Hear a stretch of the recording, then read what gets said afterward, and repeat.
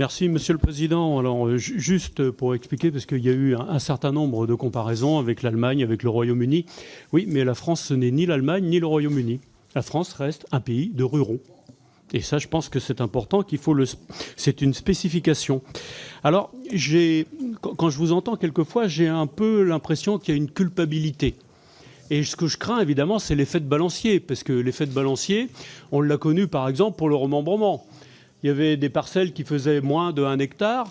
Aujourd'hui, c'est pas compliqué, j'en ai une, elle en fait 24, il ne reste plus que 3 arbres. Évidemment, sans se soucier de l'hydrologie, sans se soucier de l'érosion des sols.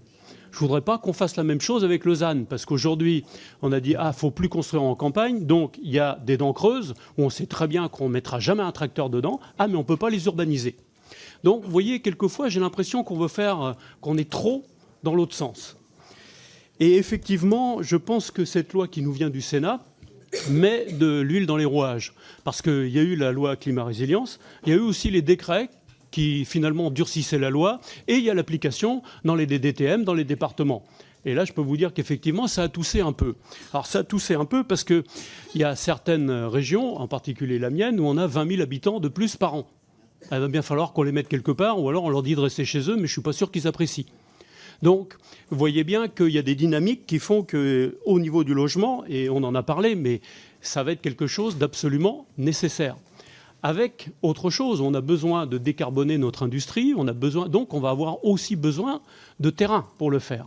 Donc tout ça fait qu'on se retrouve dans quelque chose qui est difficile. Parce qu'on parle de l'histoire. Alors, l'histoire, c'était les élus locaux qui, à un moment donné, avaient la main. Est-ce qu'ils sont conscients aujourd'hui de cette nécessité d'économiser? La plupart, oui. La plupart, oui. Et ils ne remettent pas en cause le fait de manger 2 fois moins de terres agricoles, globalement. Mais évidemment, il faut donner un peu d'huile dans les rouages. Et ça me paraît important. Et puis, éviter aussi certains discours que j'entends où on me dit qu'il faudrait concentrer tout le monde dans les métropoles. Mais les métropoles, elles ont aussi des externalités imminemment négatives. Et ça coûte cher aussi, les métropoles.